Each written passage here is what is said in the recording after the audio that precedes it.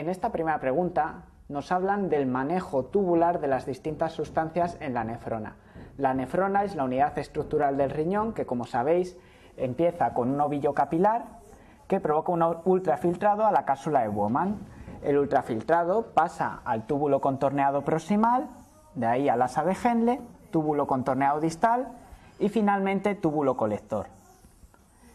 El asa de Henle tiene dos porciones. La porción descendente o porción fina del asa de Henle es permeable al agua e impermeable a solutos, y en cambio la porción ascendente es permeable a solutos e impermeable al agua. En el riñón, a nivel glomerular, se produce la filtración glomerular. Se filtran aproximadamente 120 mililitros minutos, lo que equivale a unos 180 litros de agua al día y aproximadamente 1 kilogramo de cloruro sódico al día, de los cuales apenas se elimina 1 litro de orina y el 1% del sodio filtrado en función de las necesidades corporales. Para conseguir esto, la nefrona está especializada en el manejo del agua y del sodio. El manejo del resto de las sustancias viene un poco supeditado al manejo tubular del sodio. En cuanto al sodio, la mayor parte se reabsorbe en el túbulo contorneado proximal, donde se reabsorbe aproximadamente el 65% del sodio filtrado, en condiciones isoosmóticas, es decir, se reabsorbe la misma cantidad de agua que de sodio.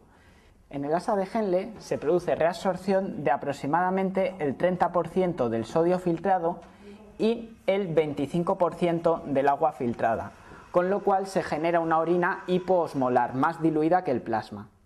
A continuación, en el túbulo contorneado distal se produce la reabsorción de aproximadamente el 4 o 5% del sodio filtrado, a dos niveles. En el túbulo contorneado distal, porción más proximal, se provoca reabsorción de sodio acoplado a expulsión de calcio y aproximadamente da cuenta de un 4% del sodio filtrado. En el túbulo contorneado distal, en su unión con el túbulo cortical, se provoca reabsorción de sodio acoplado a expulsión de potasio dependiente de aldosterona, que da cuenta de un 1 a 2% del sodio filtrado total. El túbulo contorneado distal es impermeable al agua y por tanto en esta zona no hay reabsorción de agua y se genera una orina todavía más hipoosmolar, es decir, más diluida. El agua se reabsorbe en el túbulo colector, mediado por la hormona antidiurética. Por tanto, podríamos decir que la reabsorción del agua y el sodio se realiza fundamentalmente en el túbulo contorneado proximal, donde se reabsorbe el 65% tanto de agua como de sodio filtrados.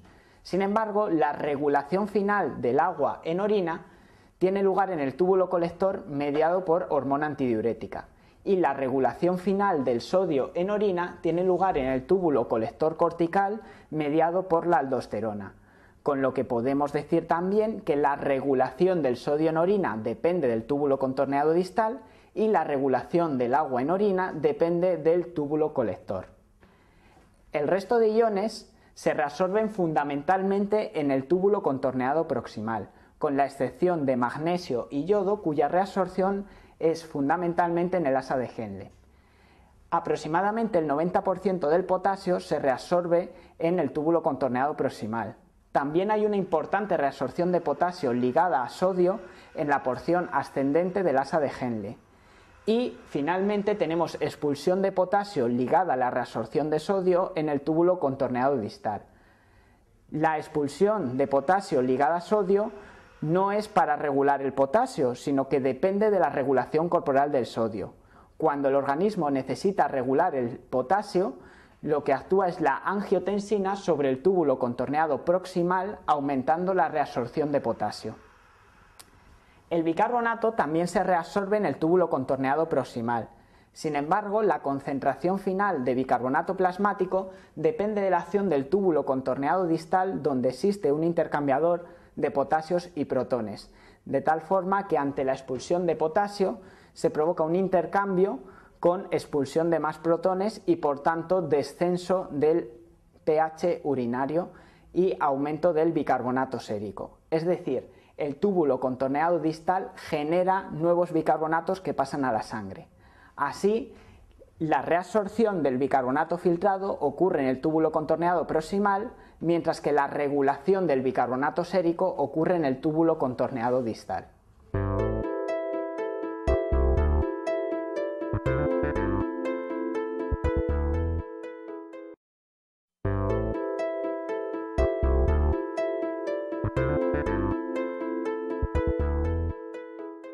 Los diuréticos son fármacos muy utilizados en medicina, especialmente en el manejo de la insuficiencia cardíaca y de la hipertensión. Básicamente, los diuréticos son sustancias natriuréticas, es decir, sustancias que aumentan la excreción renal de sodio y por tanto provocan un aumento de la eliminación de agua para diluir el sodio eliminado en orina. La única excepción a esta regla son los diuréticos osmóticos, cuyo mecanismo de acción es radicalmente distinto. Los diuréticos osmóticos son sustancias que se ultrafiltran en el glomérulo y no tienen manejo tubular, con lo cual acaban siendo expulsados en la orina final. Dado que son sustancias osmóticamente activas, atraen agua para ir diluida en ella y por tanto provocan pérdida de agua libre, es decir, de agua sin sodio. Dado que provocan pérdida de agua y no alteran el balance del sodio, tienden a provocar hipernatremia. Todos los demás diuréticos, al ser natriuréticos, tienen cierta tendencia a la hiponatremia, a la pérdida de sodio corporal total. Fundamentalmente tenemos tres grupos de diuréticos: los diuréticos de asa, las tiacidas y los diuréticos ahorradores de potasio. Los diuréticos de asa actúan sobre el segmento ascendente del asa de Henle, donde hay un cotransportador de sodio, potasio y cloruro que se encarga de la reabsorción de aproximadamente el 30% del sodio filtrado. Los diuréticos tiacídicos inhiben en cambio un transportador que intercambia sodio expulsando calcio a la orina y que se encarga de la reabsorción aproximada de un 4 a 5% del sodio filtrado. Los diuréticos ahorradores de potasio actúan sobre el canal de sodio dependiente de aldosterona. Este canal, en presencia de aldosterona, reabsorbe sodio provocando pérdida de potasio por orina y da cuenta de aproximadamente el 1 o 2% del sodio filtrado en el glomérulo. Cuando actúa un diurético, provoca inhibición del canal correspondiente y por tanto aumento del sodio que continúa dentro de los túbulos de la nefrona. Así, si inhibimos el canal de sodio-potasio-cloruro de asa de Henle, provocamos un hiperaflujo de sodio al túbulo contorneado distal con aumento de la reabsorción en el canal inhibible por tiacidas y aumento de la reabsorción en el canal dependiente de aldosterona. Sin embargo, dado que dejo de reabsorber un 30% de sodio y estoy reabsorbiendo en el mejor de los casos 5% y 2% de sodio, la pérdida final de sodio en orina es de aproximadamente el 23-22% del sodio filtrado, con lo cual los diuréticos de asa son, de todos los diuréticos, los que más pérdida global de sodio provocan, es decir, los que provocan mayor natriuresis. Sin embargo, los diuréticos de asa son los que menos hiponatremia provocan, porque interfieren con el metabolismo del agua. Cuando actúa el canal que reabsorbe sodio, potasio y cloruro en el asa de Henle, se provoca reabsorción simultánea de agua en el asa descendente y esto genera un gradiente córtico-medular en el intersticio renal que aprovecha el túbulo colector para reabsorber agua. Al inactivarse este canal con el uso de diuréticos de asa, se inhibe la génesis del gradiente córtico-medular, con lo que se impiden los mecanismos de reabsorción urinaria de agua y se provoca una diuresis muy diluida. Es decir, cuando uso diuréticos de asa, estoy provocando mayor pérdida de sodio que con el resto de diuréticos, pero simultáneamente estoy provocando mayor pérdida de agua. Con lo cual, de todos los diuréticos que actúan sobre canales, son los que menos tendencia a la hiponatremia tienen. Con el uso de diuréticos de asa o diuréticos tiacídicos estoy provocando un hiperaflujo de sodio al túbulo contorneado distal, que provoca activación de la mácula densa y por tanto aumento de la síntesis de renina, angiotensina y finalmente de aldosterona, con lo que se activa el intercambiador de sodio-potasio del túbulo contorneado distal segmento colector cortical y se provoca intercambio de sodio por potasio. De esta forma, los diuréticos tiacídicos y los diuréticos de asa provocan hipopotasemia. Y también, dado que provocan un aumento de potasio en el túbulo colector, provocan intercambio de potasio por hidrogeniones en el intercambiador de potasio-protones, con lo cual conducen a alcalosis metabólica. En cambio, los diuréticos ahorradores de potasio, al inhibir el intercambio de sodio por potasio en el túbulo contorneado distal, provocan un aumento del potasio sérico acompañado de acidosis metabólica. Otros efectos metabólicos de los diuréticos de asa son la interferencia con el metabolismo del calcio, que ocurre tanto en el uso de tiacidas como en el uso de diuréticos de asa. Si utilizo tiacidas, inhibo la excreción urinaria de calcio y por tanto provoco hipocalciuria, por lo que las tiacidas están especialmente indicadas en pacientes con litiasis urinaria. Si utilizo diuréticos de asa, en cambio, al provocar hiperaflujo de sodio al canal inhibible por tiacidas, lo que estoy provocando es un aumento del intercambio de sodio por calcio, con lo cual los diuréticos de asa son útiles en el manejo de la hipercalcemia aguda. Por tanto, cuando un paciente en tratamiento con diuréticos de asa incumple la dieta, lo que está provocando es un mayor aflujo de sodio a la nefrona y por tanto fuerza el intercambio por calcio en el túbulo contorneado distal y por potasio en el segmento colector cortical, con lo cual tiene mayor hipercalciuria, mayor hipopotasemia y mayor alcalosis metabólica. En cambio, cuando un paciente en tratamiento con tiacidas incumple la dieta, lo que observaremos será simplemente mayor hiperpotasuria y mayor aciduria, es decir, mayor alcalosis hipopotasémica, sin alterarse el metabolismo del calcio. Otros efectos que conviene recordar de los diuréticos, también metabólicos, son, por un lado, la hiperglucemia. Todos los diuréticos favorecen la hiperglucemia y el desarrollo de diabetes mellitus, con la excepción de la torasemida, que es un diurético de asa que estructuralmente es una sulfanilurea y aumenta la liberación pancreática de insulina. Y todos los diuréticos provocan también hiperuricemia, con la excepción de la indacrinona, que estructuralmente se comporta como un fármaco úrico-súrico, provocando un descenso de la reabsorción en el túbulo contorneado proximal de ácido úrico y que por tanto está especialmente indicada en los pacientes con antecedentes de gota.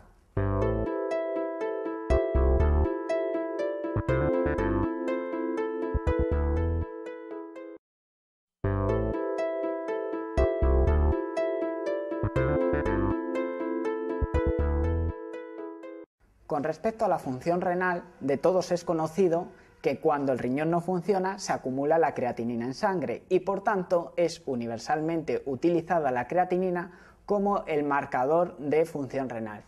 Sin embargo, aunque es lo más utilizado, la creatinina no es un buen marcador de función renal. ¿Por qué? Por dos cosas. Primero, porque su elevación no es proporcional al descenso de la función renal. La función renal, su mejor marcador es el filtrado glomerular. El filtrado glomerular normal es de unos 120 mililitros por minuto en una persona sana, algo menor en las mujeres que en los hombres. Cuando el filtrado glomerular cae al 50%, comienza la acumulación sérica de creatinina. La acumulación sérica de creatinina no es directamente proporcional, sino que sigue una curva exponencial, de tal forma que cuando el filtrado glomerular es relativamente alto, grandes cambios del filtrado glomerular se acompañan de pequeños cambios de la concentración de creatinina sérica. En cambio, cuando el filtrado glomerular está por debajo del 50%, pequeños cambios del filtrado glomerular se acompañan de grandes cambios de creatinina, con lo cual es un mal marcador de función renal, puesto que se comporta de forma diferente según sea la función renal previa. Además, es poco sensible, puesto que hasta que no tengo filtrados glomerulares inferiores al 50%, no puedo detectar el daño renal por elevación de la creatinina. Por tanto, no se debe usar la creatinina rutinariamente como marcador de función renal. El mejor marcador de función renal es el filtrado glomerular. El filtrado glomerular se puede calcular como el aclaramiento de sustancias en orina que no tengan manejo tubular, es decir, que se filtren en el glomérulo y no sufran reabsorción ni secreción tubular. La sustancia que se comporta de esta forma es la inulina, que es una sustancia que se debe administrar de forma exógena y medir su excreción en orina de 24 horas, lo que lo convierte en algo engorroso. Hay otra sustancia de síntesis endógena, que es la creatinina, que no tiene exactamente este comportamiento, sino que tiene una secreción tubular aproximadamente igual a su reabsorción tubular, con lo que el efecto neto es que prácticamente no tiene manejo tubular, con lo cual su excreción final en orina es prácticamente igual al filtrado glomerular. Por tanto, en la práctica clínica se usa el aclaramiento de creatinina como marcador del filtrado glomerular. El aclaramiento de creatinina se puede calcular o directamente midiendo el aclaramiento de creatinina en orina 24 horas o indirectamente a través de determinadas fórmulas como la ecuación de Cockcroft o la fórmula MDRD que estiman el filtrado glomerular a partir de creatinina sérica, peso, edad y sexo del paciente. También es importante recordar que aunque este es el manejo renal de la creatinina, el riñón maneja de distintas formas las distintas sustancias. La curva que está aquí representada, en la que la acumulación por encima del nivel normal ocurre por debajo del 50% del filtrado, es lo que se llama curva A y corresponde a la creatinina y la urea. Los productos de desecho nitrogenados y algunas sustancias tóxicas como potasio, protones o fósforo comienzan a acumularse cuando el filtrado glomerular cae por debajo del 25% y es la llamada curva B de excreción renal. Las dos sustancias para las que está optimizada la función renal, que son el agua y el sodio, no alteran su metabolismo renal hasta que el filtrado glomerular cae por debajo del 10-12%.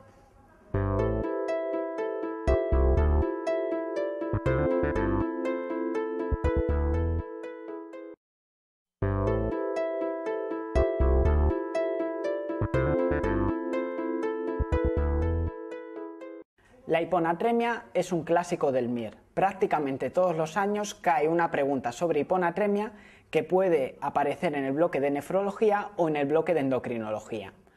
Ante un paciente con hiponatremia me debo plantear primero el diagnóstico etiológico para decidir el tratamiento que necesita.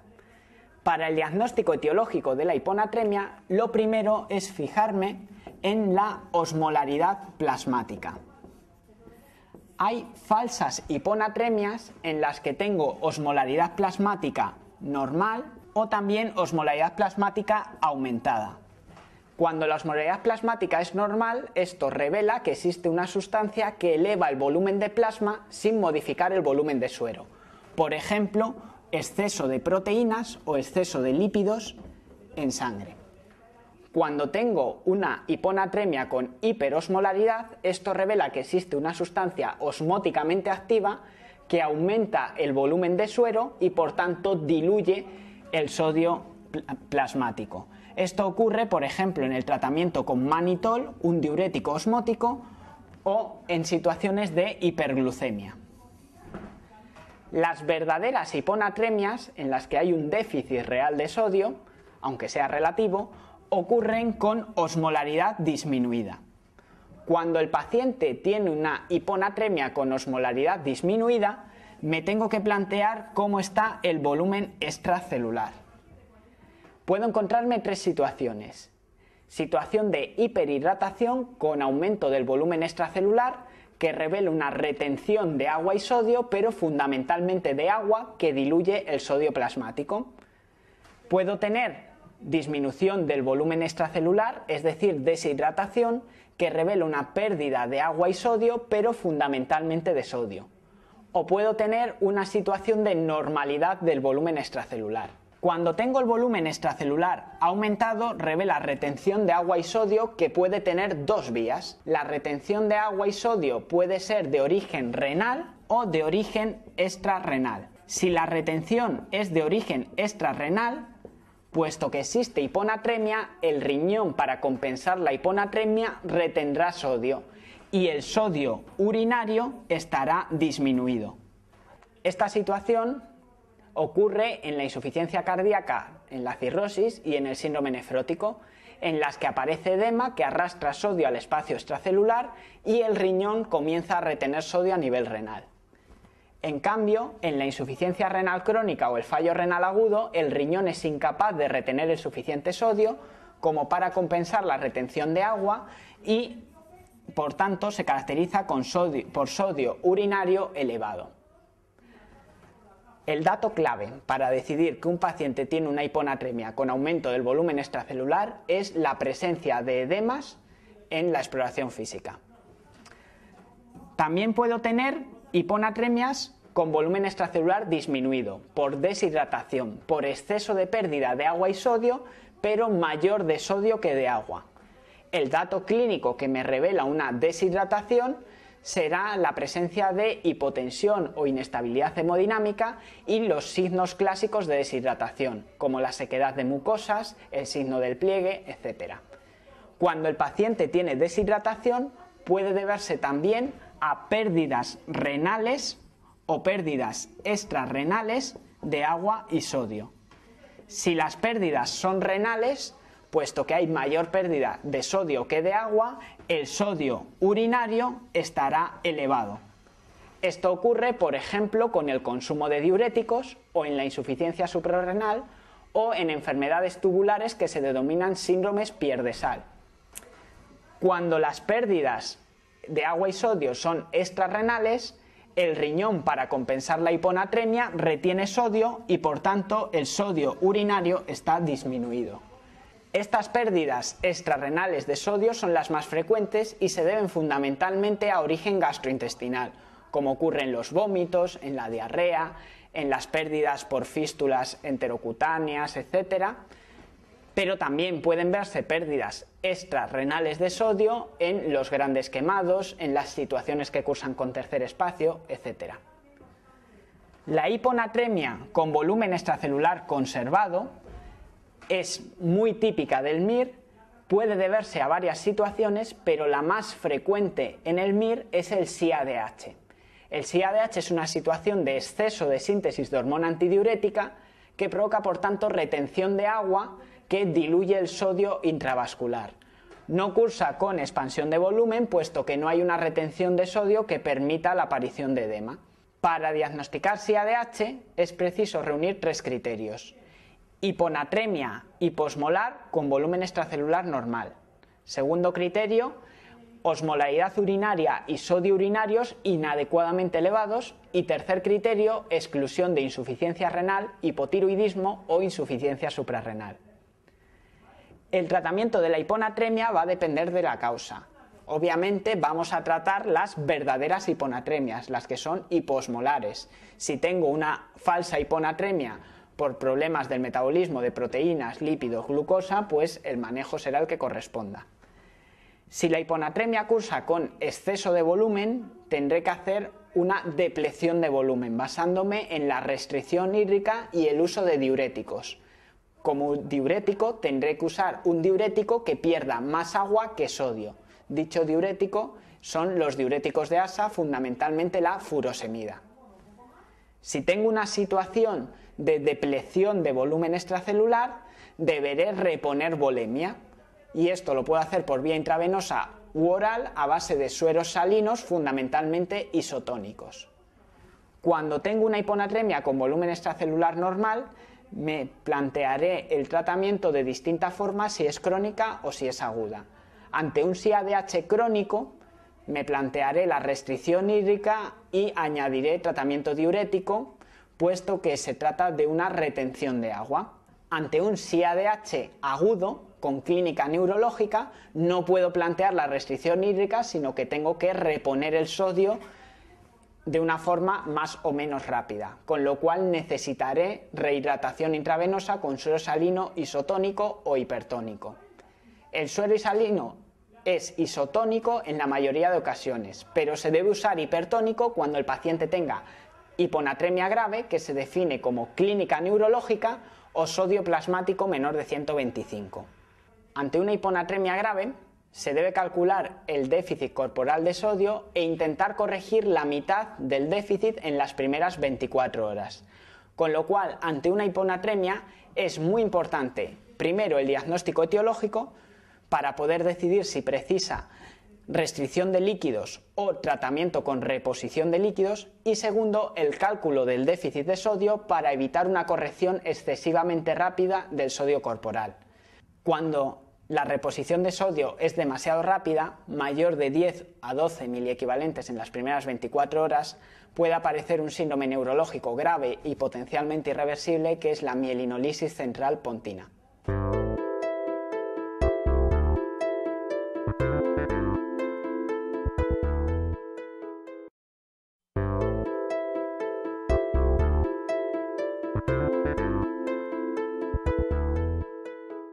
La pregunta 5 nos hace referencia a otra alteración hidroelectrolítica muy importante en la vida real y de cara al MIR, que es la hiperpotasemia. A diferencia de la hiponatremia, en la que es fundamental asegurar el diagnóstico, si no etiológico, al menos sí del mecanismo de producción de la hiponatremia, en la hiperpotasemia lo fundamental es caracterizar la gravedad. En la hiponatremia tengo tiempo para corregir la hiponatremia y de hecho la corrección excesivamente rápida puede originar problemas como la mielinolisis central pontina.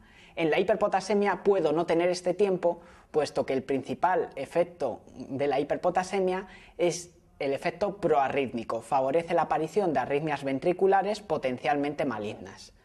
Así, ante una hiponatremia me tengo que plantear el diagnóstico etiológico, pero ante una hiperpotasemia lo primero es caracterizar la gravedad y actuar en consecuencia. Para caracterizar la gravedad de la hiperpotasemia me tengo que fijar en dos cosas: las cifras de potasio sérico y las alteraciones electrocardiográficas. Se define hiperpotasemia leve con cifras de potasio de entre 5 y 6, moderada con potasio sérico entre 6 y 7 y grave con potasios séricos mayores de 7. Sin embargo, lo fundamental es ver si existe o no alteración electrocardiográfica. La ausencia de alteraciones electrocardiográficas implica que la hiperpotasemia, independientemente de las cifras de potasio, es leve, bien tolerada, no tiene riesgo arritmogénico. Si aparecen ondas T picudas, estamos ante una hiperpotasemia moderada. Y si aparecen otras alteraciones electrocardiográficas, como la presencia de ensanchamiento del QRS, prolongación del QT, depresión del ST, prolongación del intervalo PR, todo eso me habla de una hiperpotasemia grave, potencialmente arritmogénica y que requiere un tratamiento urgente. El tratamiento de la hiperpotasemia se basa en tres principios. Por un lado, deplecionar el potasio corporal. Por otro lado, redistribuir el potasio sérico hacia el interior de las células. Y por último, antagonizar el efecto cardiotóxico de la hiperpotasemia. Cuando tengo una hiperpotasemia leve, sin alteraciones electrocardiográficas, el tratamiento basta concentrarlo en deplecionar el potasio corporal total. Y para esto debo hacer una dieta exenta de potasio, sin frutas, sin zumos, y también forzar las pérdidas corporales de potasio por vía renal con diuréticos de asa y por vía digestiva con sustancias absorbentes de potasio. Si la hiperpotasemia es moderada, no me basta, aunque debo hacerlo, con disminuir el potasio corporal, sino que además tengo que intentar la redistribución del potasio hacia el interior celular. Y esto se consigue con la administración de insulina, con la administración de bicarbonato, que provoque alcalosis, y también con la administración de sustancias beta agonistas. Si la hiperpotasemia es grave, si hay alteraciones electrocardiográficas potencialmente arritmogénicas, debo antagonizar de inmediato el efecto cardiotóxico del potasio. Y para eso se administra el gluconato cálcico, que no modifica el potasio corporal ni el potasio sérico, pero antagoniza su efecto sobre la membrana cardíaca. Si la hiperpotasemia es grave, no solo debo dar gluconato cálcico, también debo redistribuir el potasio corporal al interior de la célula y también debo provocar pérdidas corporales de potasio. Pero mi primera medida debe ser la administración de gluconato cálcico intravenoso. Por ello, recalco, en la hiponatremia hay que plantearse el mecanismo etiológico para decidir el mejor tratamiento del paciente, mientras que en la hiperpotasemia el diagnóstico etiológico es secundario.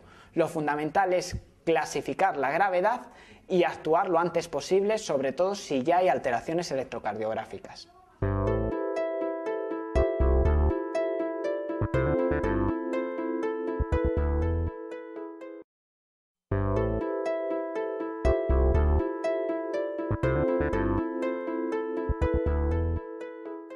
La pregunta 6 nos hace referencia al equilibrio ácido-base, especialmente a las acidosis metabólicas. La acidosis es la situación resultante de tener un pH sérico menor de 7,35. A esta situación se puede llevar por dos vías. Puede haber acidosis por acumulación de ácido de origen respiratorio y que cursa con PCO2 mayor de 45, y puede haber acidosis de origen metabólico que cursa con bicarbonato sérico disminuido, menor de 22. Las acidosis metabólicas pueden aparecer en una variedad de afectaciones renales. Hay dos tipos de acidosis metabólicas, las acidosis metabólicas con anion gap elevado y con anion gap normal. El anion gap o brecha aniónica es lo que le falta al plasma para ser electroneutro. ¿Qué quiere decir esto? El plasma es electroneutro, no tiene una carga eléctrica global. Entonces, las cargas positivas totales del plasma son iguales a las cargas negativas.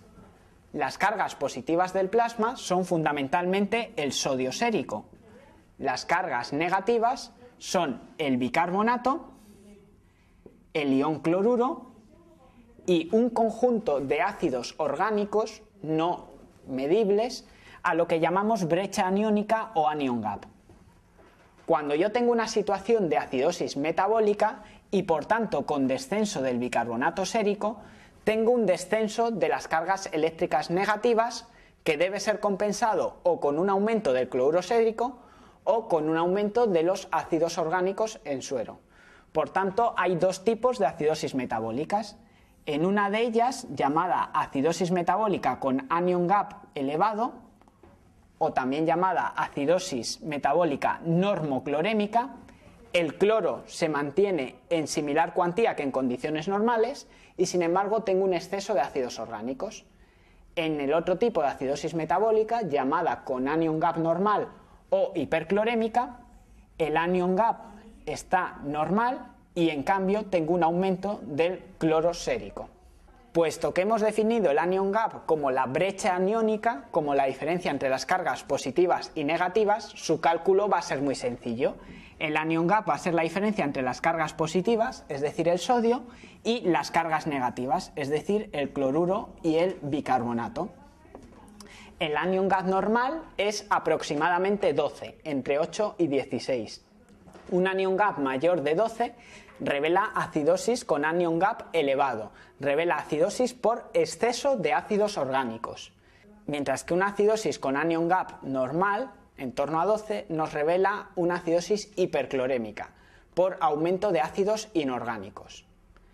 Las acidosis con anion gap elevado pueden tener dos orígenes, o un descenso de la excreción renal de ácidos orgánicos, como ocurre en la insuficiencia renal crónica, o un aumento de ácidos orgánicos que puede tener un origen exógeno en las intoxicaciones por salicilato, por metanol, por etilenglicol, o endógeno, como ocurre en la cetoacidosis, en la acidosis láctica, en la rhabdomiolisis y otras circunstancias en las que se liberan ácidos orgánicos. Las acidosis metabólicas con anion gap normal pueden deberse o a un descenso de la excreción de ácidos inorgánicos, como ocurre por ejemplo en la acidosis tubular renal de tipo 1, o a un exceso, a una sobrecarga de ácidos inorgánicos, por ejemplo en la intoxicación por cloruro amónico. También puede haber acidosis metabólicas con anion gap normal cuando hay un exceso de pérdidas de bicarbonato, que pueden ser de origen renal, como en la acidosis tubular renal de tipo 2, o de origen digestivo, como en las diarreas o el abuso de laxantes.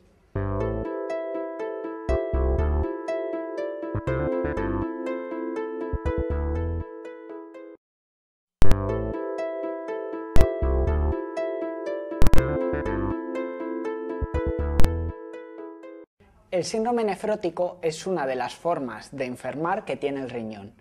El riñón solo conoce 7 formas de enfermar, que son las alteraciones del sedimento urinario, el síndrome nefrótico, el síndrome nefrítico, la insuficiencia renal crónica, el fallo renal agudo, el síndrome tubular y las alteraciones de la vía urinaria.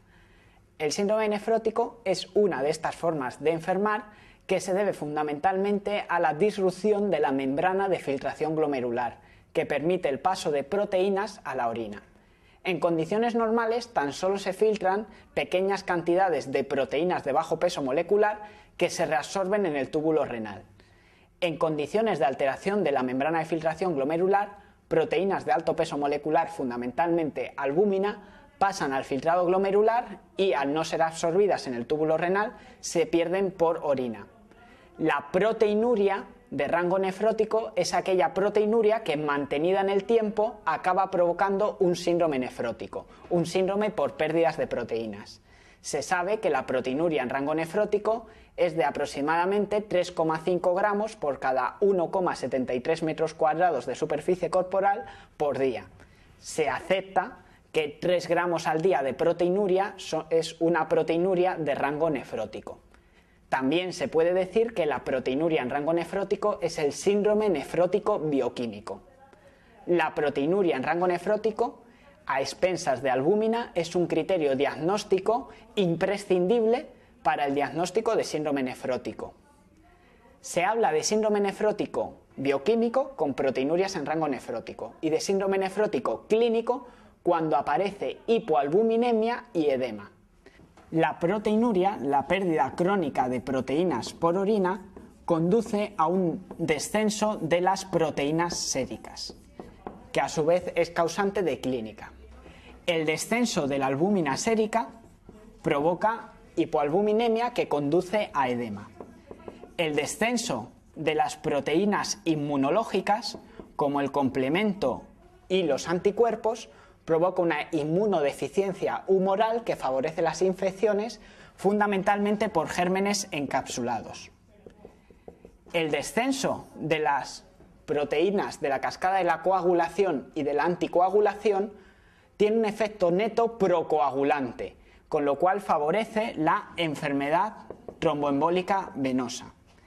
El descenso de algunas proteínas transportadoras conduce a alteración de algunos oligoelementos como déficit de zinc, déficit de cobre y alteración de algunos ejes hormonales por descenso de proteínas transportadoras, fundamentalmente del eje tiroideo y del eje suprarrenal. El descenso de las proteínas séricas se intenta compensar a nivel hepático con un aumento de la síntesis proteica, que, puesto que hay pérdida aumentada de proteínas en orina, no consigue compensar los déficits. La única excepción es que hay un aumento de las lipoproteínas, puesto que no se eliminan por orina, y de esta forma aparece hipercolesterolemia, que favorece el riesgo cardiovascular. Y por tanto, en el síndrome nefrótico no solo hay edema, sino que también tenemos un aumento de infecciones, un aumento de riesgo de enfermedad tromboembólica y un aumento de riesgo cardiovascular con riesgo de infarto de miocardio, ictus, etc. Como hemos dicho al principio, el síndrome nefrótico es una de las formas de enfermar del riñón. Ante algunas de esas formas me tengo que plantear diagnósticos diferenciales relativamente amplios, incluyendo patologías vasculares, glomerulares, tubulares, etc. Cuando tenemos un síndrome nefrótico, el diagnóstico diferencial se limita a glomerulopatías. Y dentro de las glomerulopatías me tengo que plantear algunas glomerulonefritis, la glomerulopatía diabética y la amiloidosis. De las glomerulonefritis que debes incluir en el diagnóstico diferencial del síndrome nefrótico, debes recordar 4. La glomerulonefritis de cambios mínimos, la glomeruloesclerosis focal y segmentaria, la glomerulonefritis membranosa, y la glomerulonefritis membrano-proliferativa. La glomerulonefritis de cambios mínimos es la causa fundamental de síndrome nefrótico en el niño, respondiendo de más del 95% de los casos.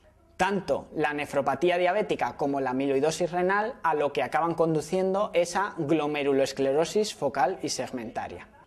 La glomerulonefritis membranosa es la principal causa de síndrome nefrótico en el adulto que no tiene ninguna otra enfermedad acompañante. La glomerulonefritis membrano-proliferativa es la única de las glomerulonefritis con síndrome nefrótico que cursa con hipocomplementemia. Es muy importante cuando estudies las glomerulonefritis que aprendas las enfermedades sistémicas a las que se asocia cada subtipo de glomerulonefritis para poder identificarla en los casos clínicos.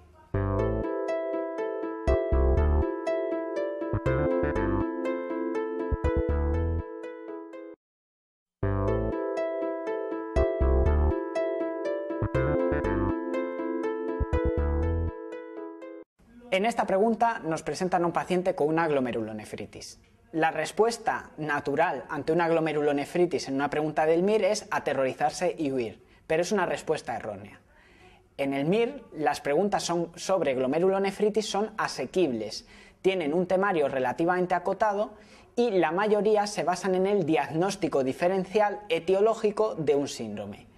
Cuando un paciente tiene glomerulonefritis, puede tener prácticamente cualquier alteración renal, pero fundamentalmente va a acudir a urgencias quejándose de una de estas dos cosas, o edemas, y por tanto me están diciendo que el paciente tiene síndrome nefrótico, o hematuria, y por tanto me están sugiriendo que el paciente tiene síndrome nefrítico. Aunque en mayor o menor porcentaje prácticamente todas las glomerulonefritis pueden cursar con prácticamente todos los síndromes de afectación renal, es útil recordar que las que se suelen presentar con síndrome nefrótico son la glomerulonefritis de cambios mínimos, la glomerulosclerosis focal y segmentaria, la glomerulonefritis membranosa y la glomerulonefritis membrano-proliferativa. En cambio, con síndrome nefrítico, con hematuria, se presentan la glomerulonefritis post-estreptocócica, la glomerulonefritis mesangial IgA, las glomerulonefritis extracapilares o también llamadas rápidamente progresivas y la glomerulonefritis membrano-proliferativa, que como veis puede cursar tanto con edemas como con hematuria. Entonces, nuestro paciente acude con edemas. Luego debo centrar el diagnóstico diferencial en estas cuatro causas. La glomerulonefritis de cambios mínimos es la principal causa de síndrome nefrótico en el niño. Responde a aproximadamente el 95% de todos los casos de síndrome nefrótico. Luego, casi por definición, síndrome nefrótico en el niño es una glomerulonefritis de cambios mínimos. Sin embargo, los cambios mínimos tan solo son la cuarta causa de síndrome nefrótico en el adulto. Debo sospechar glomerulonefritis de cambios mínimos si el paciente tiene enfermedad de Hodgkin, antecedentes de atopia o enfermedades alérgicas o está en tratamiento con AINES. La causa principal de síndrome nefrótico en el adulto es la glomerulonefritis membranosa. Así que cualquier paciente adulto que no tenga ninguna enfermedad acompañante deberé considerar que lo más probable es que tenga una glomerulonefritis membranosa. Debo sospechar especialmente glomerulonefritis membranosa si el paciente tiene algunas enfermedades autoinmunes, como el lupus eritematoso sistémico o la artritis reumatoide o la dermatitis herpetiforme. Algunos tumores, principalmente tumores de órgano sólido, especialmente adenocarcinomas. Algunas infecciones, fundamentalmente la infección por virus hepatitis B, la sífilis, algunas formas de malaria, la hidatidosis y también cuando el paciente está en tratamiento con sales de oro o de penicilamina o captopril. La glomerulosclerosis focal y segmentaria es la segunda causa en prevalencia de síndrome nefrótico en el adulto. Debo sospechar glomerulosclerosis focal y segmentaria ante un paciente que tenga hiperfiltración o hiperpresión en la vía urinaria. La hiperfiltración puede ser consecuencia del deterioro de la función renal y por tanto secundaria a cualquier otra glomerulonefritis, o puede aparecer de forma primaria, por ejemplo, en el paciente hipertenso, el paciente obeso, en la diabetes mellitus, ante un trasplante renal. La hiperpresión en la vía urinaria, en cambio, es generalmente consecuencia de enfermedades túbulo-intersticiales crónicas o de patología de la vía urinaria como reflujo vesicoureteral o uropatía obstructiva. También debo sospechar glomerulosclerosis focal y segmentaria en el paciente VIH y en el paciente consumidor de heroína. La glomerulonefritis membranoproliferativa es la única de las glomerulonefritis que cursa con síndrome nefrótico que provoca hipocomplementemia, dato clave para el diagnóstico en este paciente. Además, es la glomerulonefritis con síndrome nefrótico que más provoca síndrome nefrótico impuro, es decir, asociado a hematuria o hipertensión o fallo renal.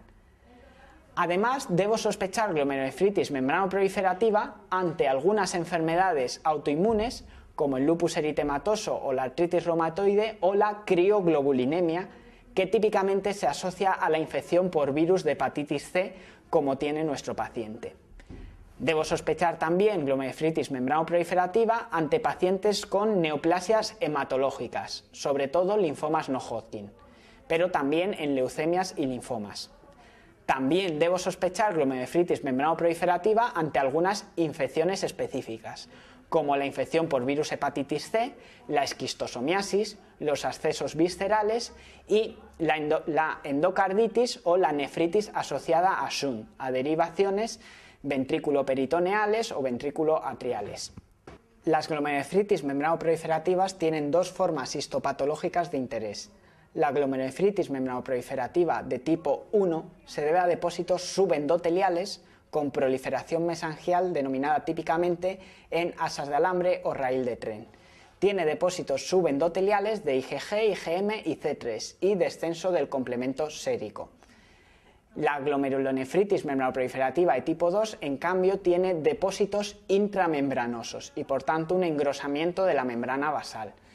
La glomerulonefritis membranoproliferativa de tipo 2 se asocia a anemia hemolítica autoinmune y a lipodistrofia parcial.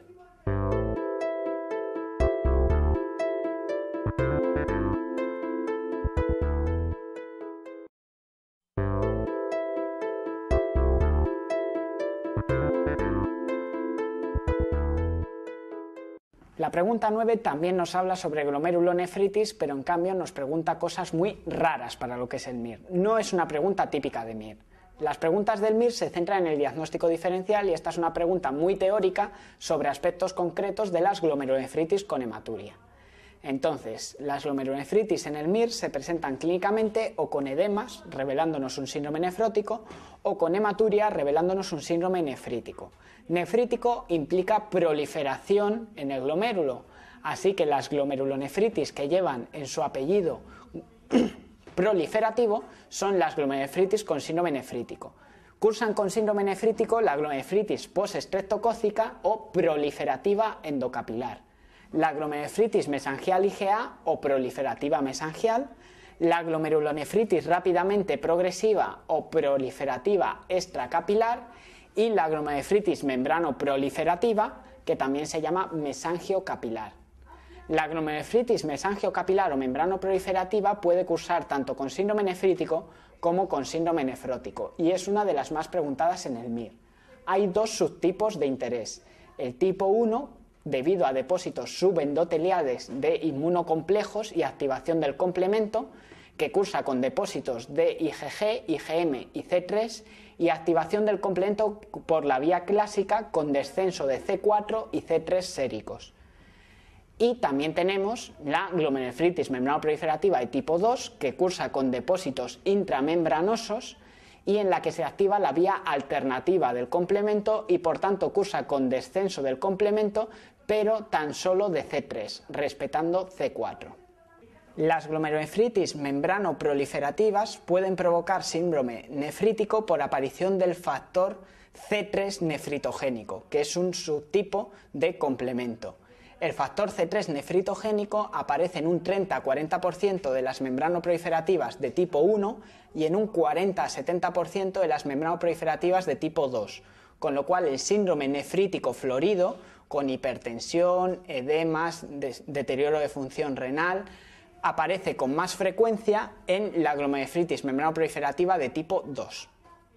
Cursan con descenso del complemento sérico la glomerulonefritis membranoproliferativa en sus dos formas, la glomerulonefritis postestreptocócica y de las glomerulonefritis rápidamente progresivas, la extracapilar de tipo 2.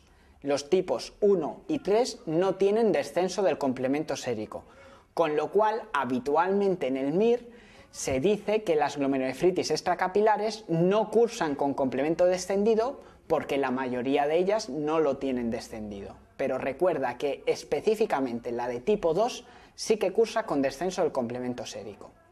Las glomerulonefritis con hematuria pueden aparecer después de infecciones de vías aéreas superiores, principalmente de faringitis. Hay 3 que pueden aparecer tras una infección faríngea: la postestreptocócica, la mesangial IgA y la membranoproliferativa.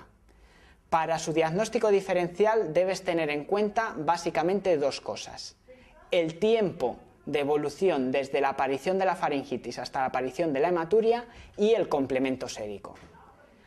La glomerulonefritis postestreptocócica requiere siempre un periodo de latencia, es decir, se debe a la formación de inmunocomplejos y requiere un tiempo entre la exposición al antígeno y la formación de la suficiente cantidad de anticuerpos como para que se formen inmunocomplejos circulantes.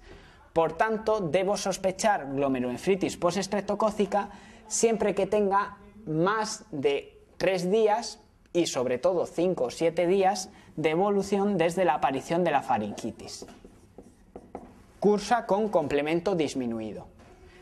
Si la hematuria aparece en menos de 48 horas desde el inicio de la faringitis, eso es incompatible con postestreptocócica, puesto que no hay tiempo suficiente para que aparezca la respuesta inmune y el aumento de los inmunocomplejos, lo que me limita el diagnóstico diferencial a la mesangial IgA y la membranoproliferativa. Para distinguirlas, me debo basar en el complemento sérico. Si el complemento está disminuido, es una glomerulonefritis membranoproliferativa. Y si el complemento sérico es normal, es una glomerulonefritis mesangial IgA. Típicamente, la glomerulonefritis mesangial IgA es la más frecuente en el área mediterránea y puede aparecer de forma recidivante ante el ejercicio físico o las infecciones faríngeas.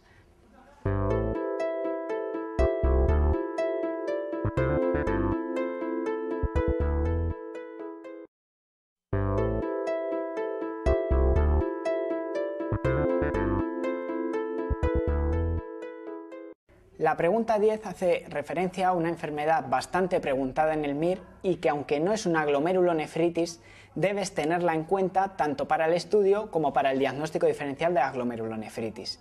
Es una glomerulopatía, es decir, una afectación del glomérulo de causa no inmunológica, y es la enfermedad ateroembólica renal. La enfermedad ateroembólica consiste en la suelta de microémbolos de colesterol a partir de una placa de ateroma lesionada por un cateterismo, con lo cual tiene 2 factores de riesgo. Por un lado, los factores de riesgo para enfermedad ateroesclerótica en general, hipertensión, tabaquismo, hipercolesterolemia, edad avanzada, especialmente si ya hay datos de ateroesclerosis a otros niveles, como pueden ser arteriopatía periférica, presencia de infartos cerebrales o accidentes isquémicos transitorios, etc. Y el segundo antecedente, y muy relevante en los casos clínicos, es la presencia de un cateterismo reciente, en el que se lesiona una placa de ateroma. Típicamente se ha realizado hasta 4 o 6 semanas antes de la aparición de la clínica. Otro antecedente que también está descrito y que nunca ha caído en el MIR es el inicio reciente de anticoagulación oral, también en unas 4 o 6 semanas previo a la aparición de la enfermedad ateroembólica. La enfermedad ateroembólica se debe a aparición de microinfartos a distintas localizaciones por los microémbolos de colesterol. A nivel renal, provoca daño renal con fallo renal progresivo, indoloro, con aparición de hematuria y piuria, y con eosinofiluria, es decir, aparición de eosinófilos en orina. Cursa típicamente con complemento disminuido. A nivel cutáneo puede provocar afectación sobre todo a nivel acro, con lívido reticularis, infartos cutáneos, incluso gangrena digital, y es típica la aparición de dedos azules en los pies. En inglés se la llama Bluetooth síndrome. En cuanto a afectaciones a otros niveles, es muy raro que afecte a la circulación cerebral, pero están descritos infartos cerebrales. Puede afectar a la circulación oftálmica, apareciendo microémbolos de colesterol en el fondo de ojo, y es relativamente frecuente que afecte a circulación visceral, provocando infartos esplénicos, microinfartos intestinales, pancreatitis aguda, etc. Por ello puede haber elevación de CPK y LDH en el análisis. Entonces, ciñéndonos a lo práctico, ¿cuándo hay que sospechar una enfermedad ateroembólica renal? Paciente con antecedente reciente de cateterismo que comienza con fallo renal agudo y presenta hipocomplementemia y eosinofiluria. Si además asocia manifestaciones cutáneas del tipo púrpura palpable, infartos digitales, lívidos reticulares y mucho más, si ya tienen microémbolos en el fondo de ojo, me están hablando de enfermedad ateroembólica generalizada.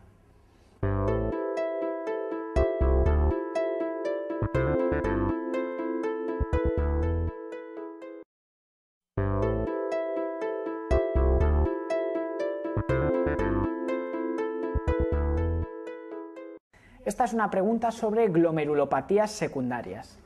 Son muy importantes para el MIR. Hay muchas, pero tú debes centrar el estudio básicamente en las vasculitis, la glomerulopatía lúpica, la glomerulopatía diabética y la afectación renal del mieloma. En este caso me están hablando de una vasculitis con afectación renal. El dato clave es que tiene púrpura palpable, así que púrpura y afectación renal debo pensar en vasculitis. Las vasculitis que afectan al riñón son básicamente tres: la vasculitis crioglobulinémica, la púrpura de Sonley-Henoch y las vasculitis necrotizantes.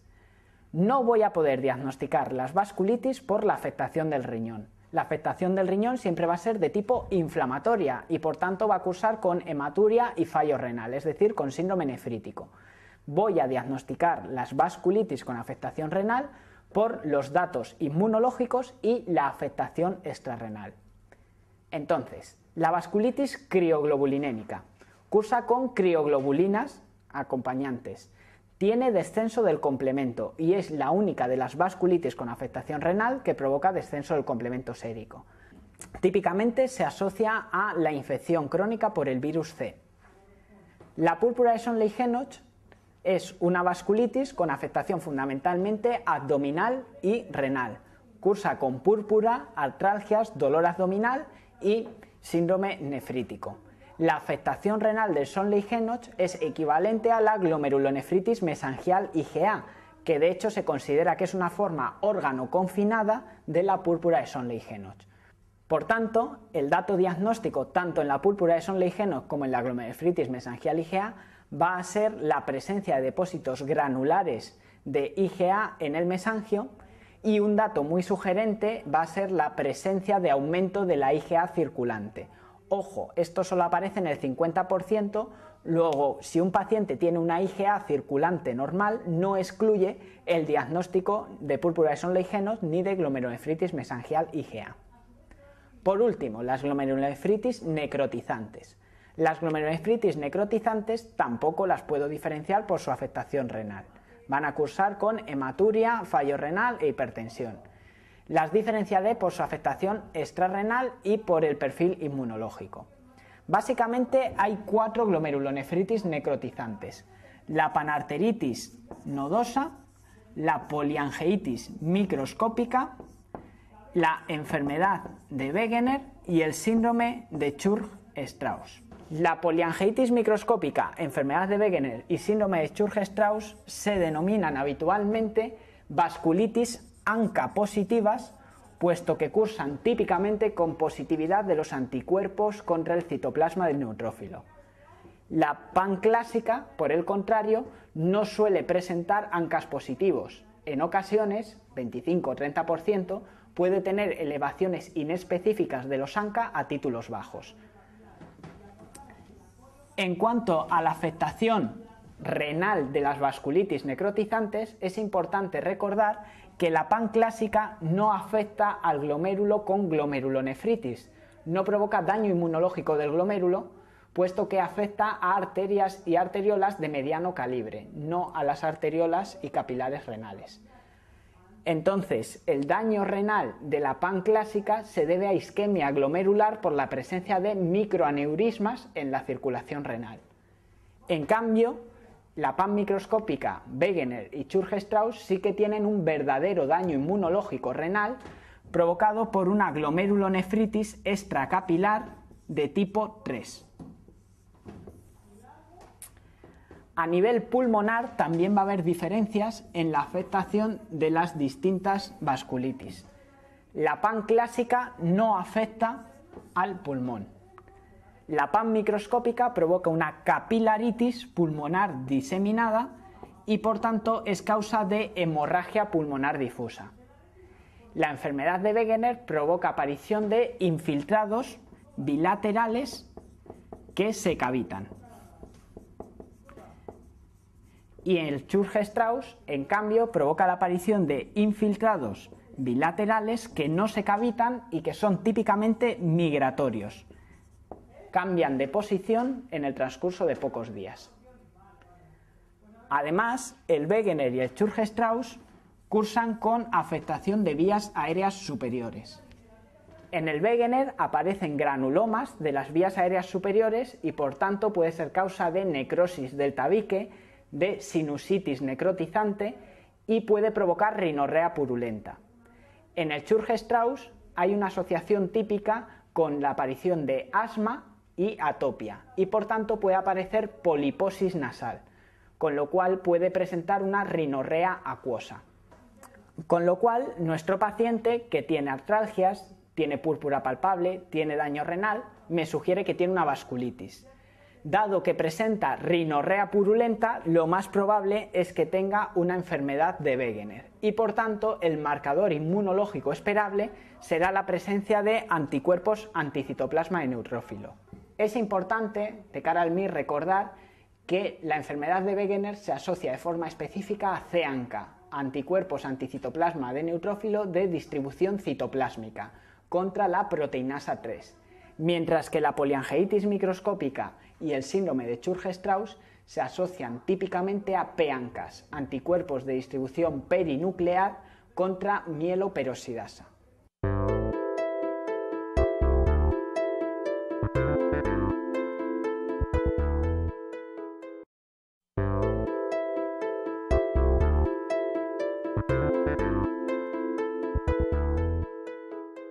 En la pregunta 12 nos muestran a un paciente que tiene daño pulmonar, tiene edema agudo de pulmón y tiene daño renal, elevación de la creatinina, proteinuria, hematuria.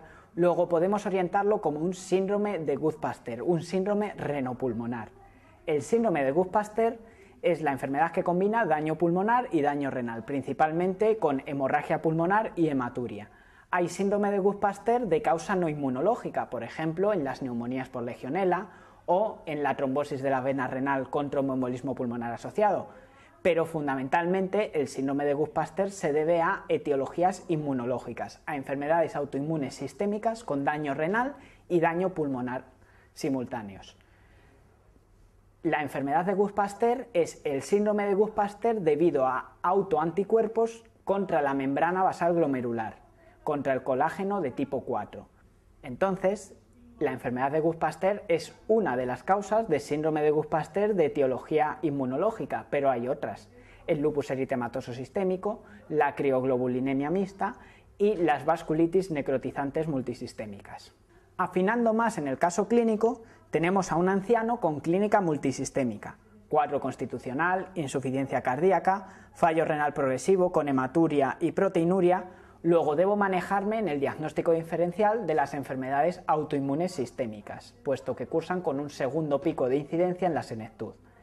Y tiene púrpura palpable, lo que me orienta a una vasculitis, Por tanto, podría descartar razonablemente el lupus eritematoso como causa de esta patología. Me centraría en la crioglobulinemia y las vasculitis necrotizantes. Puesto que el paciente tiene P-ANCAs positivos, debo plantear que sea una vasculitis ANCA positiva, que lo más fácil por la clínica de hemorragia pulmonar difusa es que se trate de una poliangeitis microscópica. Para el diagnóstico diferencial de las enfermedades autoinmunes sistémicas que provocan síndrome de Guth-Pasteur, debo fijarme en el perfil inmunológico. La enfermedad de Guth-Pasteur cursa con anticuerpos contra la membrana basal y complemento sérico normal. El daño renal se debe a glomerulonefritis extracapilar de tipo 1. El lupus eritematoso cursa con complemento bajo y anticuerpos antinucleares, ANA, positivos. Provoca daño renal por distintos mecanismos de glomerulonefritis. Las vasculitis necrotizantes con afectación renopulmonar provocan daño renal por glomerulonefritis extracapilar de tipo 3 y se asocian a ANCAs positivos. Es importante recordar que la panclásica, el paradigma de las vasculitis necrotizantes, no afecta al pulmón y por tanto no debe ser incluida en el diagnóstico diferencial de los síndromes renopulmonares.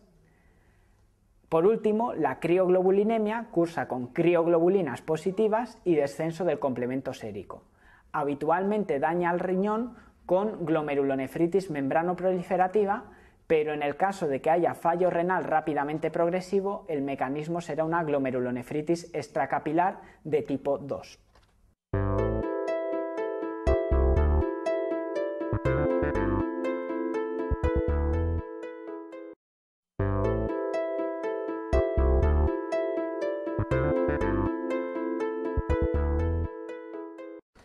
La pregunta 13 es otra pregunta sobre glomerulopatías secundarias, específicamente sobre glomerulopatía lúpica. La glomerulopatía lúpica es muy preguntada en el MIR y es muy importante dentro del lupus. De hecho, es uno de los principales condicionantes de morbimortalidad y supervivencia. En el lupus, el riñón se afecta inmunológicamente en prácticamente el 100% de los casos. Sin embargo, tan solo hay afectación clínica en el 50% de los casos. El lupus, como bien sabes, es una enfermedad multisistémica debida a inmunocomplejos en la que hay típicamente aparición de anticuerpos antinucleares, ANA positivos, a títulos elevados, descenso del complemento a expensas fundamentalmente de C4 durante las fases de actividad y pueden aparecer otros autoanticuerpos que pueden condicionar una mayor probabilidad de daño renal. Por ejemplo, los anti-Ro sugieren mayor probabilidad de daño renal que se neutraliza si hay también elevación de los anti-La. Y los anti-DNA-DS no solo se asocian a mayor riesgo de daño renal, sino a la actividad del daño renal. En cuanto al lupus, es importante conocer que hay 6 formas anatomopatológicas de afectación renal en el lupus, denominadas de forma numérica y que tienes que recordar de cara al MIR. La glomerulopatía lúpica de tipo 1 también se denomina enfermedad de cambios mínimos lúpicos. Es ópticamente similar a la glomerulonefritis de cambios mínimos, pero se diferencia en que presenta depósitos de inmunocomplejos en la inmunofluorescencia. La glomerulonefritis lúpica de tipo 2 es la que se llama mesangial lúpica. La mesangial lúpica es similar a la mesangial primaria, pero tiene depósitos de IgG, IgM y complemento en el mesangio y cursa con mayor frecuencia con hematuria. Es la forma más frecuente en el paciente con lupus asintomático. La glomerulonefritis lúpica de tipo 3 es una membrano proliferativa, histopatológicamente. Se denomina glomerulonefritis proliferativa, focal y segmentaria. En la proliferativa focal y segmentaria hay daño de menos del 50% de los glomérulos. Tipo 4 también es una membrano proliferativa, pero se denomina proliferativa difusa, porque la afectación es de más del 50% de los glomérulos. La tipo 5 es la glomerulonefritis membranosa lúpica, que es similar a la membranosa idiopática, pero con depósitos mesangiales de IgG y complemento y por tanto mayor proliferación mesangial, lo que provoca que con mayor frecuencia dé síndrome nefrótico impuro, con hematuría asociada. Y la tipo 6 es la glomerulonefritis esclerosante lúpica, en la que lo que tengo no es inflamación, sino fibrosis glomerular. Es importante conocer que hay formas de buen y mal pronóstico y formas agresivas y poco agresivas.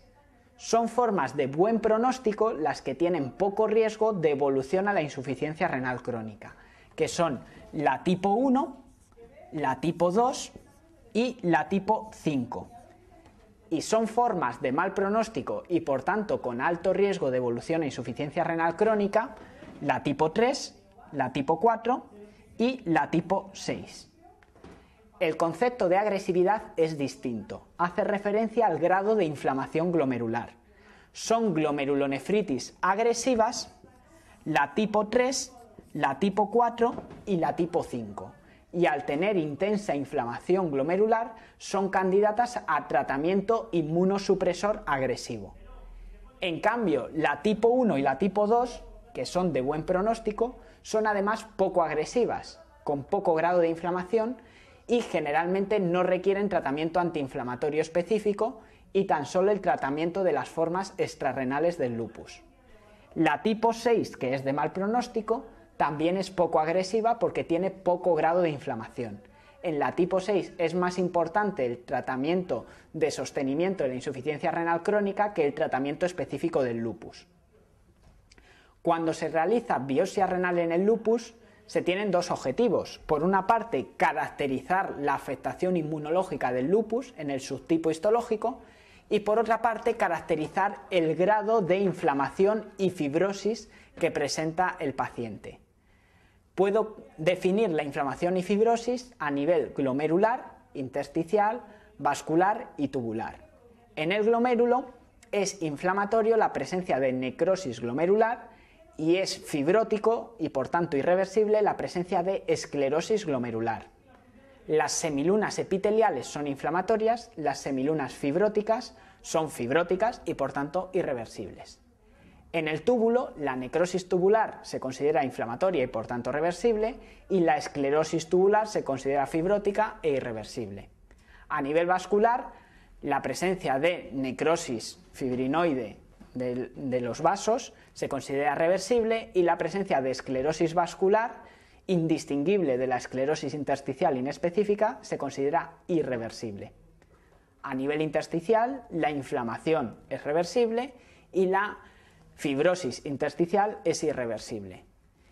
Y por último, en el glomérulo pueden aparecer lo que se llama depósitos en asa de alambre, que no es sino una proliferación mesangial y por tanto también es un dato de reversibilidad. Si el paciente tiene una forma agresiva y con predominio de manifestaciones reversibles, será candidato a un tratamiento inmunosupresor, mientras que si el paciente tiene una forma poco agresiva o con predominio de manifestaciones irreversibles, será candidato a tratamiento de sostén y tratamiento de las manifestaciones extrarrenales del lupus.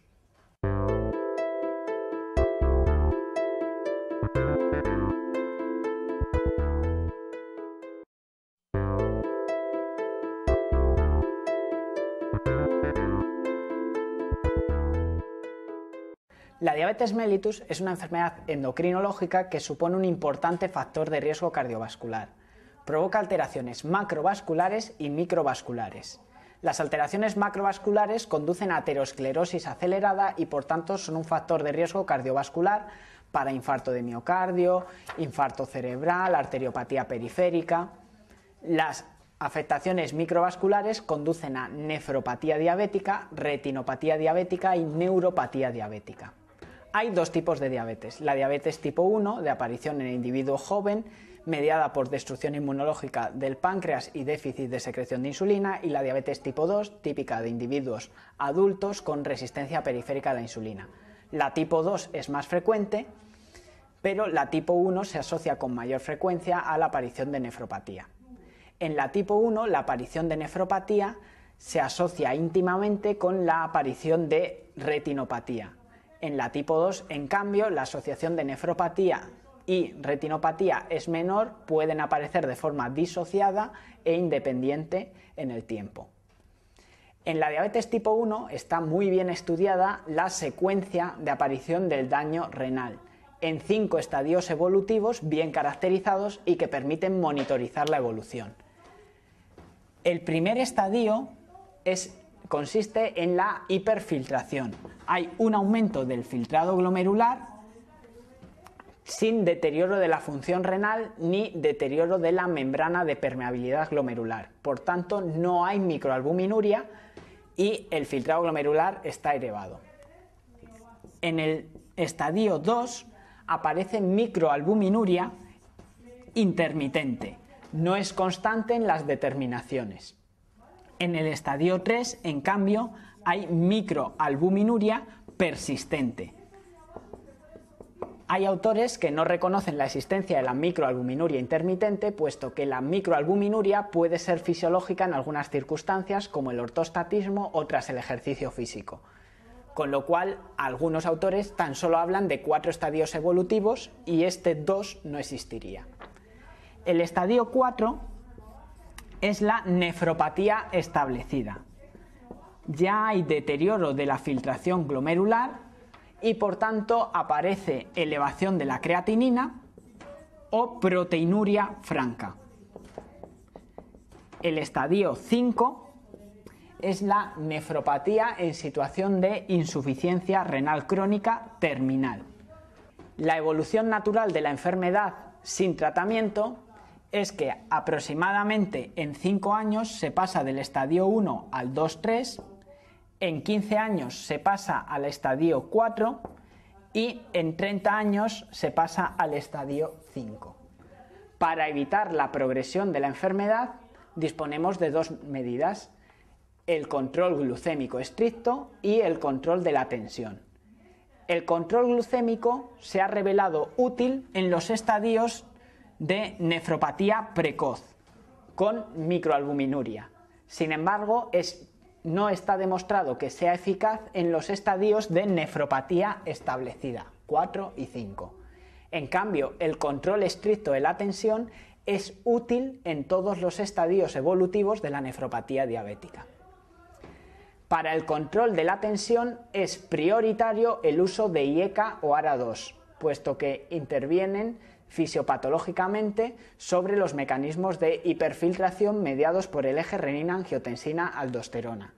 Sin embargo, el uso de IECA y ARA2 es útil con independencia de la aparición de hipertensión en estos pacientes. Es decir, el paciente que presenta microalbuminuria tiene una indicación de iniciar tratamiento con IECA o ARA2 con independencia del control tensional. El control tensional del paciente diabético es más exigente que el del paciente general. El objetivo de control tensional en el paciente con nefropatía incipiente no es 140-90, sino 130-80. Y en el paciente con nefropatía establecida debe ser idealmente 120-75. Con independencia del control tensional se debe añadir IECA o ARA2. En la diabetes tipo 1 está demostrada la utilidad de los IECAs. En la diabetes tipo 2, con nefropatía establecida está demostrada la utilidad de los ARA2 y con nefropatía incipiente, tanto la de los ARA2 como la de los IECA. Por último, es importante recordar el papel de la microalbuminuria en la diabetes. En la diabetes tipo 1, la microalbuminuria es predictora de evolución a daño renal, es predictora de evolución hacia nefropatía establecida. En cambio, en la diabetes tipo 2, la microalbuminuria es predictora de riesgo cardiovascular. Es un marcador de lesión de órgano diana que implica mayor riesgo cardiovascular que la presencia aislada de factores de riesgo.